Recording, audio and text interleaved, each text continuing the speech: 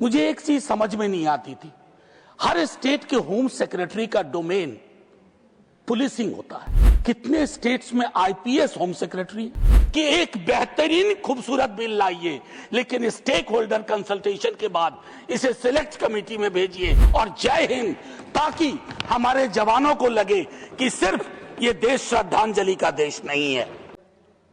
Next माननीय सदस्य professor Manoj Kumar Jha, 4 minutes. मैं जानता था माननीय सभापति महोदय आप वक्त का जिक्र करेंगे, तो वक्त रहता नहीं, कहीं टिककर इसकी भी आदत आदमी सी है। तो बहरहाल माननीय उपसभापति महोदय, 1 आध मिनट ज्यादा ले लूंगा, उससे ज्यादा मैं रिपीट नहीं करना चाहता। माननीय सदस्यों ने, हमारे साथियों ने व्यापक दृष्टिकोण से इसके समक्ष अपनी बातें रखी हैं। मैं एक बात कहूं, माननीय नेता सदन भी हैं, मैं विश्वविद्यालय में शिक्षक हूं, हो सकता है कि मैं वाइस चांसलर ना बनूं, लेकिन कानूनी तौर पर मेरी बाध्यता ऐसी ना करिए कि तू वाइस चांसलर नहीं बन सकता। मेरी इस बिल से मूल अवधारणागत प्रतिरोध इसलिए है कि highest position in an organisation, people from the organisation can not even aspire to reach there.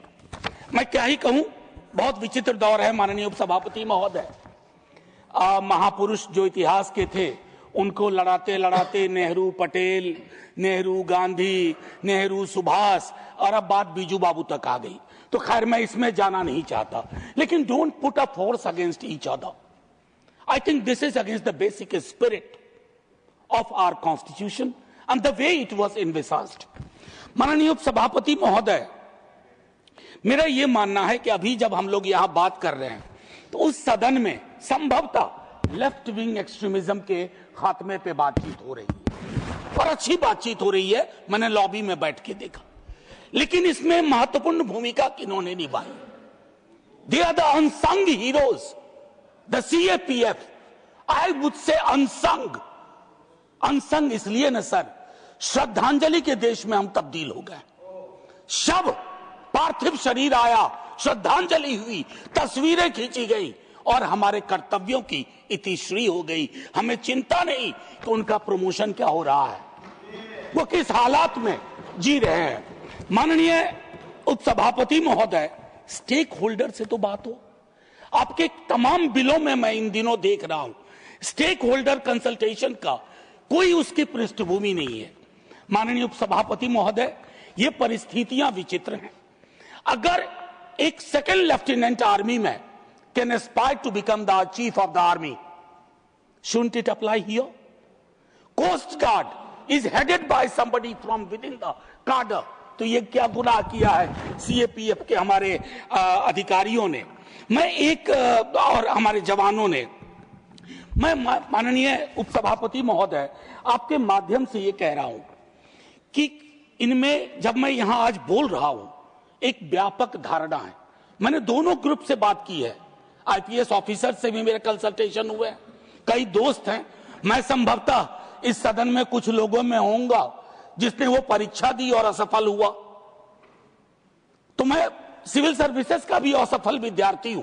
लेकिन मैं जानता हूं सर, हर फोर्स का एक डोमेन होता है। ये डोमेन ट्रेसपासिंग उचित नहीं है सर।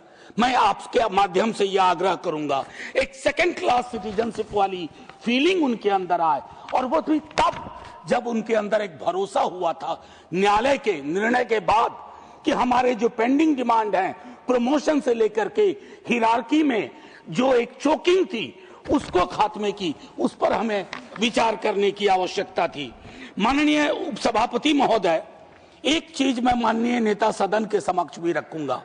मुझे अक्सर, सर घंटी मत बजाइएगा, मैं खुद बैठ जाऊंगा। उसके बाद आपको मैं घंटी आज नहीं बजाने दूंगा, मैं खुद ही बैठ जाऊंगा। मैं सिर्फ एक चीज कहता हूं, विद्यार्थी जीवन से मुझे एक चीज समझ में नहीं आती थी, हर स्टेट के होम सेक्रेटरी का डोमेन पुलिसिंग होता है। कितने स्टेट्स में आईपीएस होम सेक्रेटरी है? Why such positions are occupied by a person who is not trained within that. और वही तर्क मेरा यहां भी है माननीय सभापति महोदय। एक ऑर्गेनाइजेशन में जो डेपुटेशन पे 2 साल आते हैं, वो ऑर्गेनाइजेशन के मर्म को, उसके प्रियम्बल को, उसके सिद्धांतों को उस रूप में नहीं समझ पाएंगे जिस रूप में एक विद इन द कैडर व्यक्ति फील करता है। अंततः उपसभापति महोदय, जय हिंद बोलने से पूर्व मैं आग्रह करूंगा माननीय सभी सदस्यों से कि एक बेहतरीन खूबसूरत बिल लाइए, लेकिन स्टेक होल्डर कंसल्टेशन के बाद इसे सिलेक्ट कमेटी में भेजिए। यही मेरा आपसे आग्रह है। और जय हिंद, ताकि हमारे जवानों को लगे कि सिर्फ ये देश श्रद्धांजलि का देश नहीं है। बहुत धन्यवाद आपका। माननीय सदस्य श्री रवि